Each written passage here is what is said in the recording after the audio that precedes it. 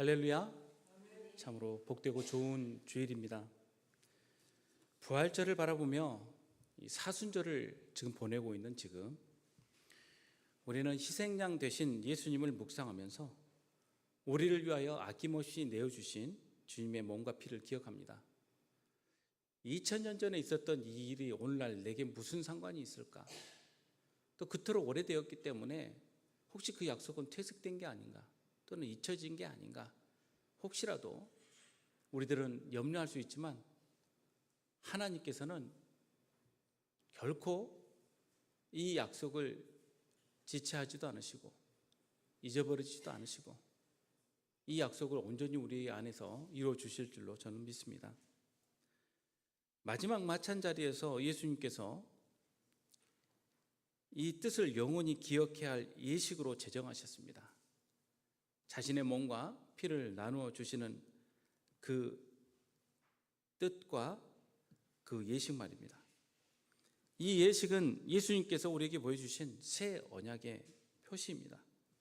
따라서 이 예식을 행할 때마다 우리는 예수님의 희생을 기억하고 또 그 자리에 동일하게 참여하는 은혜를 누리게 됩니다. 오늘 본문 말씀에 예수님께서 이 땅에 오신 그 뜻, 그리고 주님께서 하나님 아버지의 그 뜻을 따라 이루실 일들, 그에 관한 아주 중요한 내용을 말씀을 하세요. 이 요한복음 6장 이전에 이미 예수님께서는 오병이어 기적을 베풀어 주셨습니다. 이 기적은 육신의 필요를 채우신 사건으로 끝나지 아니하고 예수님께서 우리에게 참된 양식과 음료가 되신다는 그 진리를 설명하시기 위한 기적이었습니다. 즉 하늘 양식을 주시기 위해서 행하신 일이었죠. 그런데 많은 사람들은 이 사건을 단지 이 땅에서 채워질 일들에 대한 대답으로 생각을 했던 것 같습니다. 오늘날 수많은 신앙을 가진 사람들이 잘못 걷게 되었을 때 이루어지는 일들이죠. 신앙을 갖는다는 것, 교회를 다닌다는 것, 그리고 믿음이 있다는 것, 이것이 내가 바라는 일들을 이루어가고 내가 뜻하는 바의 그 목표를 성취해 나가는데 도움을 주는 것이라고 생각하는 분들이 계세요. 그러니 여기에서 실패한 것 같은 느낌이 들면 다른 방법을 찾고 또 다른 방법에서 찾을 수만 있다면 아무 문제가 없다라고 생각을 하는 분들이 있습니다. 그분들에게는 신앙은 단지 주술과 같은 그런 방법이 되겠죠. 그 땅에 살았던 사람들 또한 하나님의 백성들이었지만 하나님의 뜻을 온전히 이해할 수가 없었습니다. 그래서 예수님께서 진리를 이야기하실 때 서로 웅성웅성대기 시작했습니다. 43절에 보면 그 앞절에 보면 예수께서 대답하여 이르시되 너희는 서로 수근거리지 말라라고 말씀을 하세요. 그 말인즉슨 자신들이 아니 이게 무슨 말일까? 예수님이 자신이 살아있는 생명의 양식이라고 말씀하시는데 그게 무슨 말이지? 이해가 안 간다는 것이죠. 그래서 여기서 나오는 헬라어 단어 수근거리다는 뜻은 불평하다라고도 번역될 수도 있습니다. 즉 심기가 불편했다는 뜻입니다. 이걸 들 때 원하는 이야기는 답변을 주지 않고 엉뚱한 이야기만 자기들 보기에 하고 계시는 것처럼 들리기 때문이죠. 그들은 마음이 열리지 않는 상태로 불평하고 있었습니다. 우리도 말씀 앞에서 수근거릴 수 있죠. 내가 오늘 바라는 내용이 있는데 어째 내가 바라는 내용이 아닌 것 같다라는 생각을 할 수도 있고요. 또 오늘 우리가 함께 참여할 이 성찬식 앞에서도 수근거릴 수 있습니다. 떡을 받아들면서 예수님의 몸입니다 할 때 아멘으로 답변은 하지만 참으로 이게 예수님의 몸이라고? 그냥 이건 비스켓 조각 같은데? 라는 생각을 할 수도 있는 것이고요. 예수님의 피입니다 라고 포도주 잔을 건넬 때 그 잔을 받고 입안에 털어 넣으면서 달콤한 포도주인데? 라는 생각을 가질 수도 있습니다. 그래서 이 초대교회 이후로 성찬식의 빵과 포도주에는 어떠한 맛과 향미를 느끼지 못하도록 노력을 기울이기도 했었습니다. 예수님께만 주목하게 하려는 노력이었죠. 그렇다고 이 일이 성사된 것은 아닌 것 같습니다. 우리는 우리 마음속에 있는 또 우리 머릿속에 있는 경험치와 생각으로 우리는 항상 수군되고 있습니다. 이게 맞는 것인지, 과연 그렇게 하는 것이 옳은 것인지.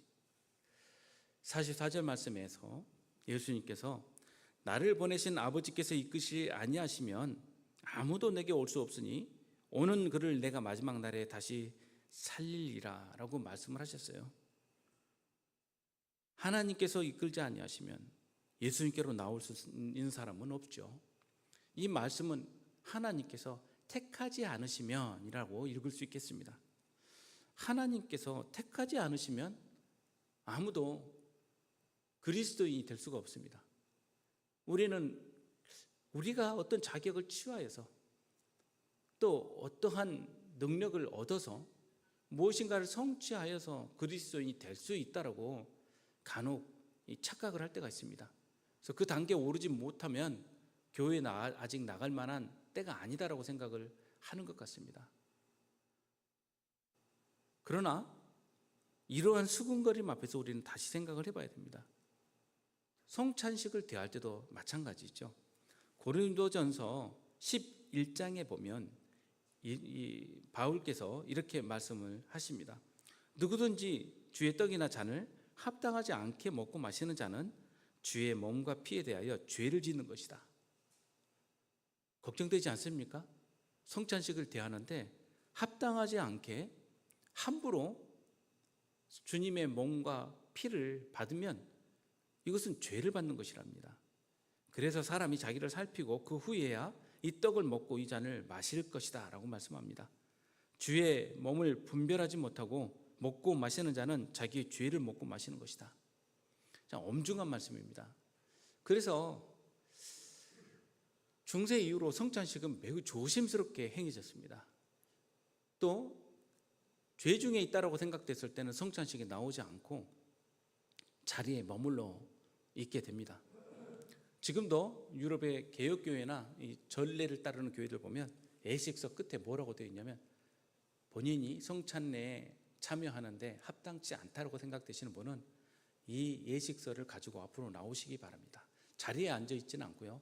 들고 나오면 이 들고 나올 때 그냥 맨손으로 손을 모으고 나오는 분과 예식서를 들고 나오는 분이 이제 앞에 있는 목회자가 집전자가 보이니까 그냥 두 손을 모으고 나오는 분에게는 주님의 몸과 피를 나누어 주고요. 예식서를 가지고 나올 때는 이마에 머리에 안수하면서 주님의 은혜를 간구하는 기도를 대신합니다. 그래서 저도 끝에 혹시 마음에 어려움이 있는 분은 예식서를 들고 나오도록 요청하기도 합니다. 때로는. 그러나 이 말씀의 뜻을 잘 살펴보면 내가 자격이 있는가 없는가를 살펴서 나온다는 그 부분에서 그 자격을 이룰 수 있는 사람이 과연 누가 있을까를 생각을 해보십시오. 누가 감히 예수님의 몸과 피를 받을 수 있단 말입니까? 누가 감히 그러한 정도의 하나님 앞에서 합당한 온전한 그러한 의를 이룰 수 있는 사람이 어디에 있단 말입니까? 오히려 주님의 몸과 피를 받는다는 것은 내가 주님의 몸과 피를 받아야 치유받을 수 있겠다라는 마음을 갖는 일 아니겠습니까? 즉 자신을 살핀다, 몸을 분별한다 라는 뜻은 다른 뜻이 아닙니다. 나는 주님의 몸과 피가 필요합니다 라고 인정하는 거예요. 나는 이 주님의 몸과 피가 없이는 살 수 없는 그러한 사람입니다 라는 것을 인정하는 것이죠. 그러한 인정함을 가지고 나올 수 있는지, 아니면 아직 마음이 너무 어지러워서 새까마여서 그조차도 분별할 수 없는 상태인지, 이 상태를 보라는 것입니다. 그리하여서 마음을 주님께로 향하지 못할 정도의 어려움이 있을 때는, 그때는 그를 위하여 간구하는 것이죠. 그래서 어느 목사님이 교회에 새로 부임을 했는데 성찬례를 하는데 반 정도도 안 나오더란 말입니다. 나머지 사람들은 앉아있더라는 거예요. 그래서 그 다음에 물어봤답니다. 왜들 그렇게 성찬식이 나오지 않습니까? 두려워서 못 나옵니다. 내가 주님의 몸과 피를 받을 만한 자격이 있는지를 생각했을 때 이거 괜히 받았다가 죄만 더 늘 것 같아서 못 나옵니다 라고 말한 답변을 들었다라고 이야기하는 것을 제가 책에서 보았습니다. 성찬식은 그런 게 아닌데, 성찬식은 오히려 기쁨의 자리이고 회복이 되는 자리인데 왜 그렇게 어둡고 두려움 가운데 있었을까? 성도 여러분, 주님께서, 아버지께서 여러분을 이끌지 아니하시면 이 자리에 앉아 있을 수가 없죠. 하나님께서 초청하지 않으시고 우리가 어떻게 그 초청의 자리에 왔겠습니까? 마음을 새롭게 하십시오. 그리고 주님의 초청에 응답하십시오. 선지자의 글에 그들이 다 하나님의 가르치심을 받았으리라 기록되었은즉 아버지께 듣고 배운 사람마다 내게로 오느니라 라는 말씀을 하시는데, 아버지께 듣고 배우는 사람, 이 사람은 바로 가르침을 받은 사람들이죠.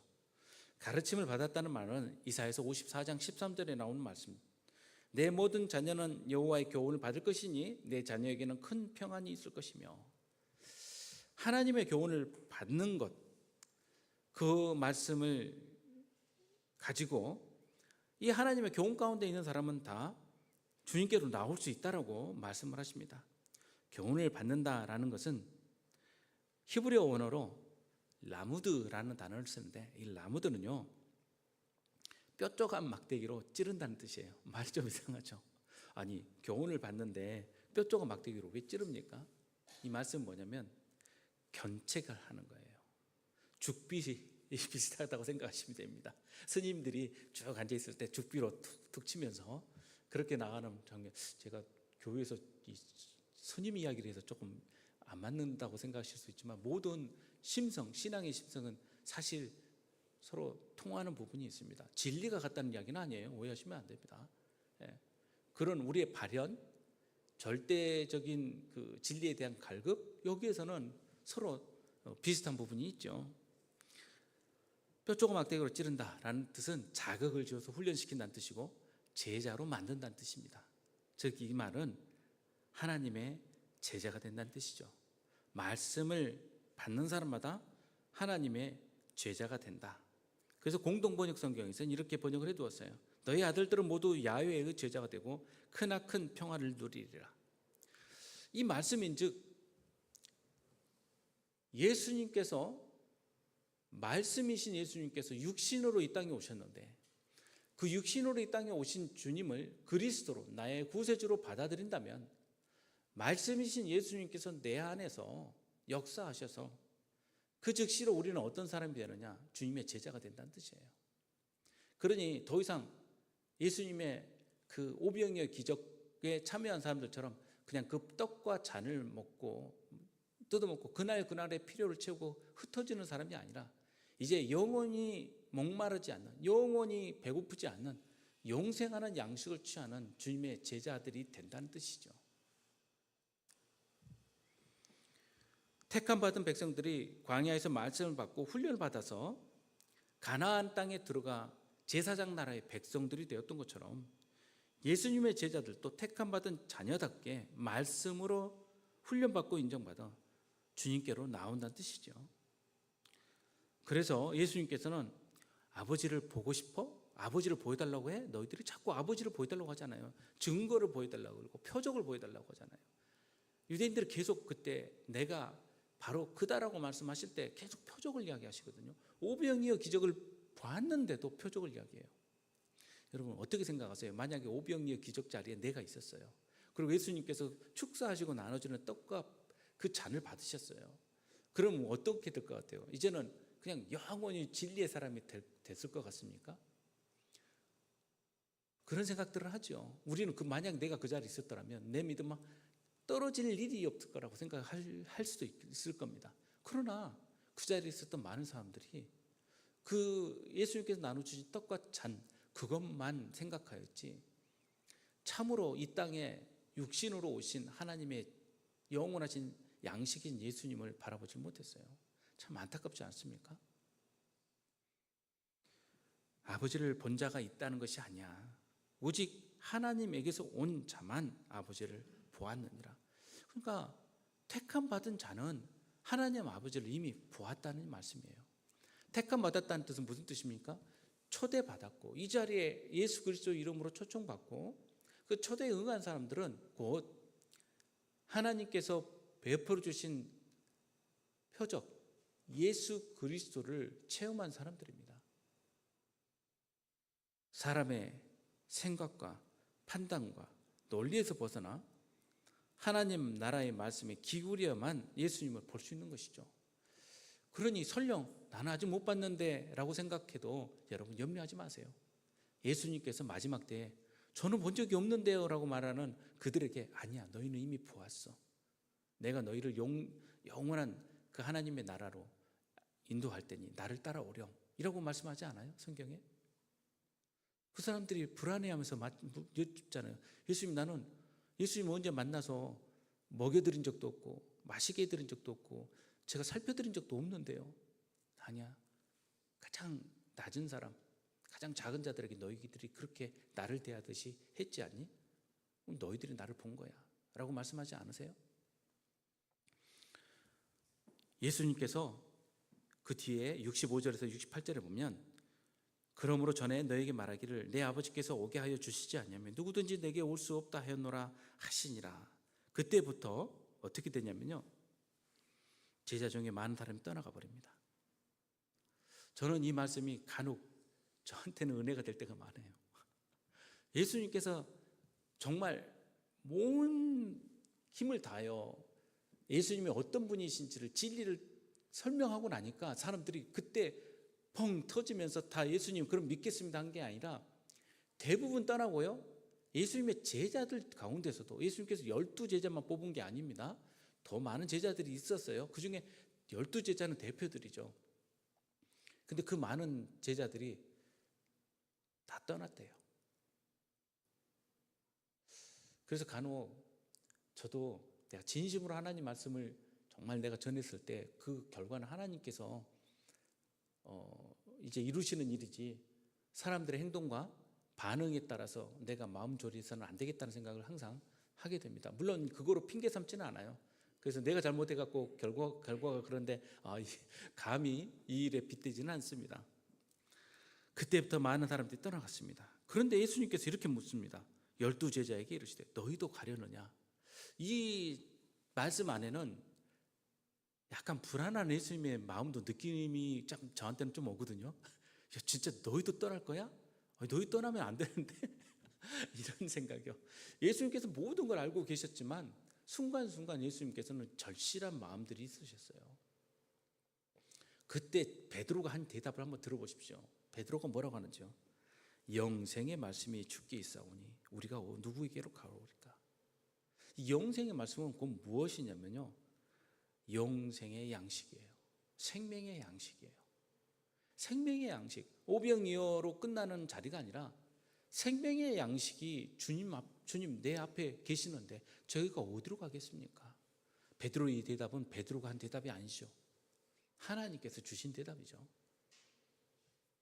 그래서 예수님께서 이렇게 말씀하십니다. 오늘 본문 저희가 읽었던 대로 진실로 너에게 이르노니 믿는 자는 영생을 가졌나니. 믿는다는 뜻은 무슨 뜻입니까? 택함 받은 자예요. 택함 받은 사람은 영생을 가진 거예요. 여기서 믿는다라는 부분에 또 여기서 갈팡질팡 하시면 안 됩니다. 수군거려서는 안 돼요. 내게 믿음이 있을까라는 그런 부분에서 스스로를 시험으로 몰고 가지 마십시오. 나는 초대받았는가? 라고 물으십시오. 여러분 예수님께로 초청 받으셨나요? 여러분 초청 받으셨죠? 그래서 이 자리에 나오신 거 아닙니까? 네. 이럴 때는 이렇게 아멘 하는 거예요. 너무 점잖으셔가지고. 네. 우리는 하나님께로부터 초대받은 하나님의 백성이며 예수님의 제자들입니다. 그래서 우리는 영생을 가진 줄로 믿습니다. 여기서 진실로라는 말은 아멘이란 뜻이에요. 아멘. 그렇죠? 아멘 연거푸서 이 말씀을 하시면서 그렇게 믿어야 된다, 그렇게 될 줄로 믿는다라는 말씀이죠. 그렇게 될 것이야. 우리는 아멘 하지 않습니까? 그렇게 될 줄로 믿는 것 아니에요? 믿는 자는 영생을 가졌다. 믿는다는 뜻은요, 단지 미래의 약속만이 아니에요. 영생 또한 미래의 약속만이 아니에요. 지금 이루어지는 것이 아니라 앞으로 이제 이루어질 일이라고 생각할 수도 있는데 그게 아닙니다. 말씀에 주목해야 됩니다. 말씀을 주목하지 아니하면 우리는 시험 받게 되어 있어요.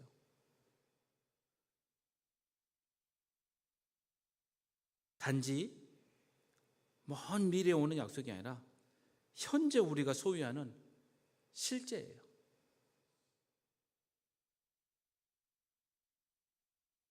영원한 생명은 시간의 무한함을 넘어서 하나님과의 관계 속에서 누리는 무한한 삶입니다. 이 말씀은 요한복음 전체를 관통하는 구원에 대한 뜻을 설명하고 있는 말씀이에요. 그래서 예수님께서 이제 믿는 자는 영생을 가졌다라는 말씀과 함께 선언하는 선언문이 나옵니다. 내가 곧 생명의 떡이다. 이 말씀은 이때 처음 하신 게 아니에요. 반복되는 말씀이에요. 하나님의 떡은 하늘에서 내려 세상에 생명을 주는 것이다 라고 예수님께서 선언하시니까 그때 모인 이 갈릴리 사람들, 유다 사람들이 다 한 목소리로 주님, 이 떡을 항상 우리에게 주시옵소서 라고 말합니다. 어디서 들어본 이야기 아닙니까? 사마리아 여인한테 영원히 목마르지 않는 샘물을 이야기하니까 이 사마리아 여인이 주님, 이 샘물을 내게 주셔서 다시 이 자리에 나오지 않게 해주세요 라고 간청을 합니다. 그 여인의 간청은 단지 노동에 대한 모면을 이야기하는 것이 아니라 자신이 갖고 있는 초에 있는 처지에 대한 호소예요. 다시는 이 모욕, 이 두려움, 그리고 사람들에게 받는 이러한 처인데 여기서 내가 벗어나게 해주세요.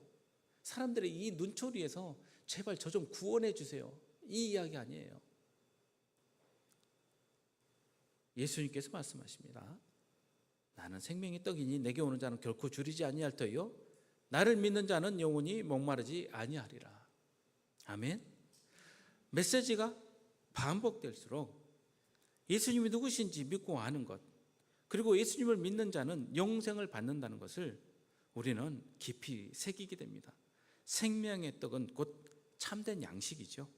그래서 55절에 내 살은 참된 양식이라고 말씀하십니다. 참된 음료라고 또 말씀하시죠. 여기서 참되다는 뜻은 거짓과 기만이 없다는 헬라어 단어예요. 숨겨져 있지 않다는 뜻이에요. 덮어놓지 않는다는 뜻이에요. 진짜 보여줘야 될 것은 덮어놓고 위장하지 않는다는 뜻이에요. 어제 보니까 뉴스에 북한 특수부대가 위장해가지고 풀처럼 탁 해가지고 밖에서 봐도 안 보이게 이런 훈련한다고 사진에 나오던데요. 그 위장 안에는 죽음이 담겨 있는 거 아니겠어요? 겉으로 꾸며지는 것, 숨기는 것, 마치 줄 것처럼 하면서 그 안에는 사실은 죽음과 같은 내용들이 담겨 있는, 오늘날 그런 거짓된 선지자들과 거짓된 약속을 주는 사람들이 얼마나 많습니까? 거기에 속아 넘어가서 절규하는 사람들을 보면 예수님의 마음이 얼마나 아프실까 생각을 합니다. 바닥에 뒹굴고 통곡하고 울면서 정말 자신들의 그 처지를 그렇게 애통하고 있는 것일까? 너희 조상들은 광야에서 만나를 먹어서 죽었지만 이는 하늘에서 내려온 떡이니 사람으로 하여금 먹고 죽지 아니하게 하는 것이다 라고 말씀을 하십니다. 그래서 나는 하늘에서 내려온 살아있는 떡이라고 또 말씀하세요. 사람이 이 떡을 먹으면 영생하리라. 내가 줄 떡은 곧 세상의 생명을 위한 내 살이니라 하시니라. 이 말씀이 이해가 됐을까요? 우리는 이제 이해가 되죠. 예수님의 죽으심과 부활을 알기 때문이에요. 근데 그 자리에 있는 사람들이 예수님께서 내 살을 먹으라고 말하면 이 말이 이해가 됐겠습니까? 아니, 우리가 식인종도 아닌데 어떻게 저 살을 먹어? 그래서 초기 교회에요, 널리 퍼져 있었던 그 오해와, 그리고 기독교가 핍박받는 가장 큰 이유 중에 하나가 뭐냐면요, 기독교인들은 몰래 숨어서 식인을 한다, 이게 소문이 퍼져 있었어요. 예수님께서 내 살을 먹으라 라는 말씀처럼 사람을 잡아다가 살을 먹는 그런 인육 제사를 한다라고 거짓된 소문이 퍼져 있었습니다. 그도 그럴 것이 고대 이 초기 교회의 성찬식은요, 정말 오랜 기간 훈련받아서 세례받은 사람만이 참여를 하고, 그 외 모든 사람은 그 자리를 구경도 못하게 다 나가게 하고 문을 닫고 그들만 참여를 했습니다.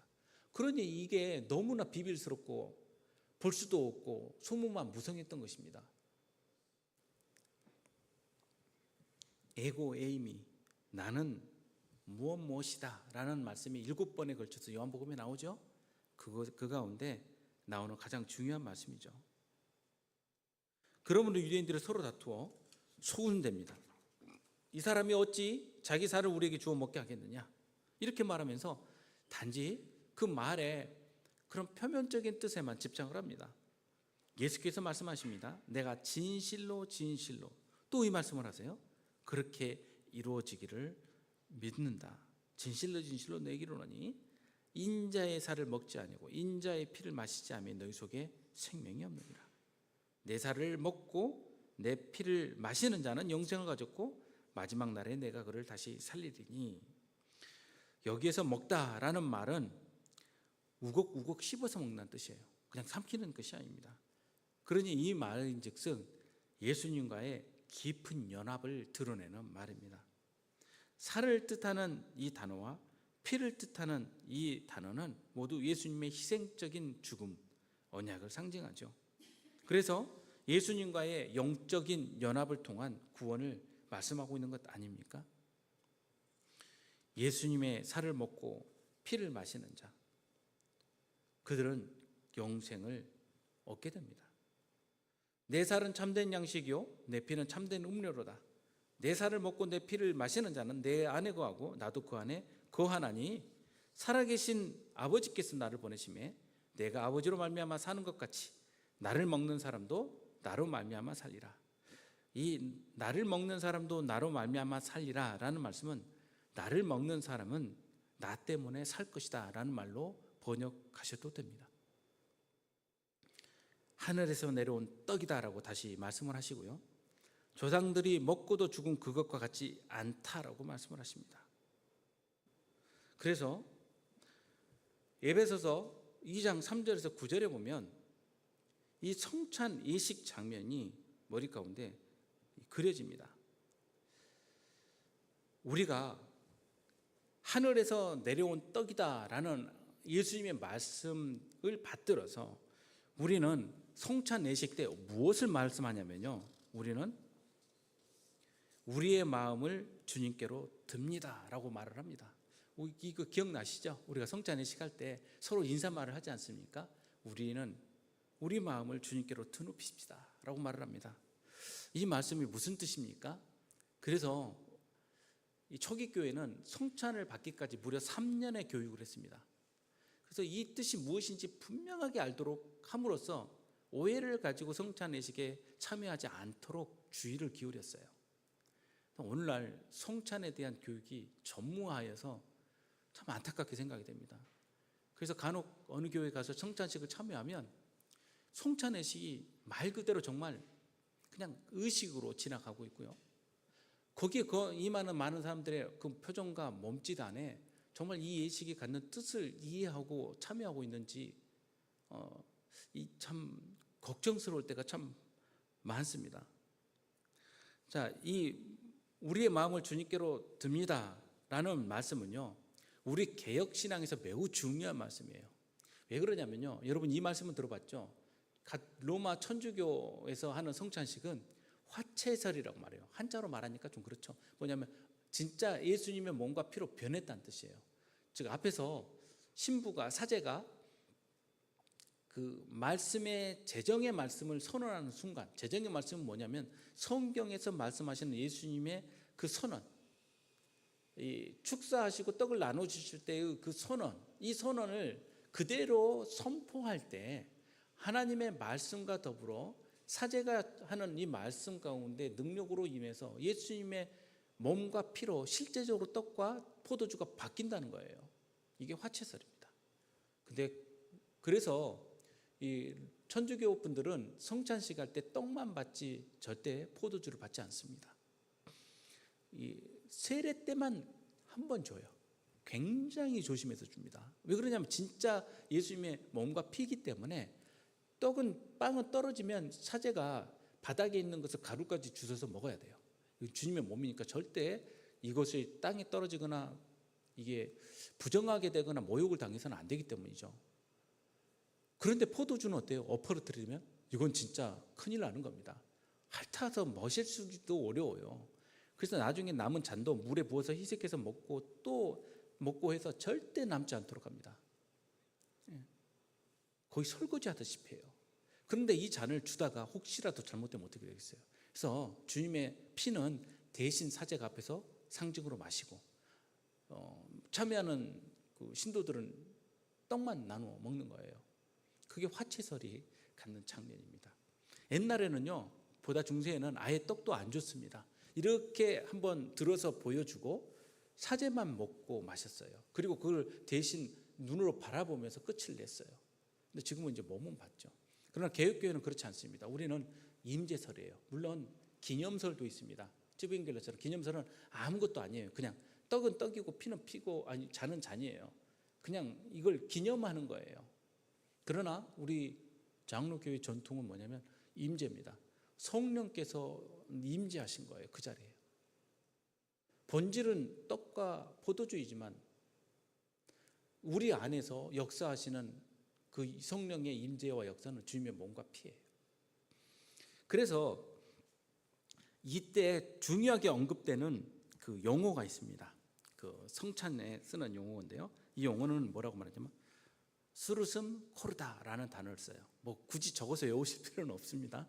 스루슴 코르다라는 뜻은 마음을 높인다는 뜻이에요.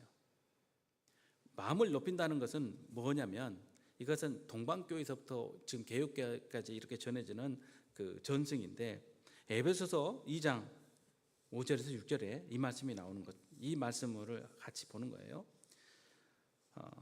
허물로 죽은 우리를 그리스도와 함께 살리셨고 그 다음에 또 함께 일으키사 그리스도 예수 안에서 함께 하늘에 앉히셨다라고 말씀하시거든요. 6절에 보면요. 함께 일으키사 그리스도 예수 안에서 함께 하늘에 앉히시니, 이 말씀인즉 우리가 성찬이 이 땅에서 이루어지고 있지만 우리의 마음은 그 순간 어디로 올라가냐면요, 하늘로 향하게 돼요. 우리가 어제 민수기 말씀 읽을 때 은나팔을 배웠잖아요. 은나팔을 부는 순간 우리의 몸은, 그들의 몸은 광야에 있지만 마음은 어디로 향한다고요? 가나안으로 향한다고요. 그 소리를 듣는 순간 그들은 그 소리는 뭐냐면 이 자리에서 우리의 삶이 끝나는 것이 아니라, 이 땅에 약속이 있는 것이 아니라 바로 가나안에 있다라는 것으로 마음이 간다고 했죠. 마찬가지로 성찬에 임하는 순간 이 성찬은 이 땅의 자리에서 임해지고 있지만, 우리가 눈에 보이는 떡과 포도주로 임하고 있지만 이 잔치는 하늘에서 이루어지는 거예요. 그래서 우리는 이미 높은 곳, 하늘에서 주님과 함께 주님의 식탁 맨자 도미니에 함께 앉아 있는 거예요. 그래서 성만찬이 임할 때 평화의 인사를 드린 다음에, 나눈 다음에 여러분의 마음을 주님께로 높이 드십시오 라고 할 때 주님을 향하여 우리의 마음을 높이 듭니다 라고 화답하는 거예요. 그래서 이 초대교회의 그 요한 크리스토스톰이라고 하는 우리 교부께서는 이 땅에 남아있지 않도록 주의하라라고 경고를 합니다. 이 땅에 남아있지 않도록 주의하라는 말은 뭡니까? 우리의 마음과 뜻과 생각이 이 땅에 머물러 있는 상태를 말해요. 자꾸 이 땅의 것만 집착하는 상태를 말해요. 그렇게 남아있는 것을 더 이상 버리라는 거예요. 마치 골로새서 3장에 있는 말씀과 같아요. 그러므로 너희가 그리스도와 함께 다시 살리심을 받았으면 위의 것을 찾으라.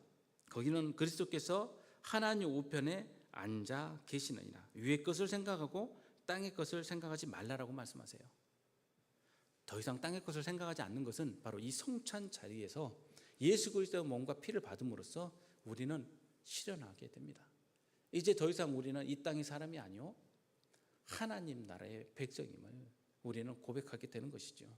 그래서 이 말씀과 함께 에피클레시스라는 단어를 또 쓰는데 바로 성례전에서 약속된 은혜를 성령께서 이루어 주시도록 요청하는 요청이에요.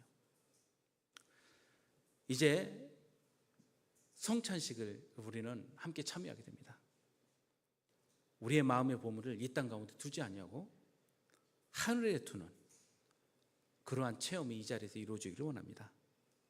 이제 이 땅에 우리의 마음을 두지 아니하고 하늘로 올려서 주님의 식탁에서 함께 하나님의 나라 잔치에 참여하는 저와 여러분들 되시기를 주님의 이름으로 축복합니다. 함께 기도하겠습니다.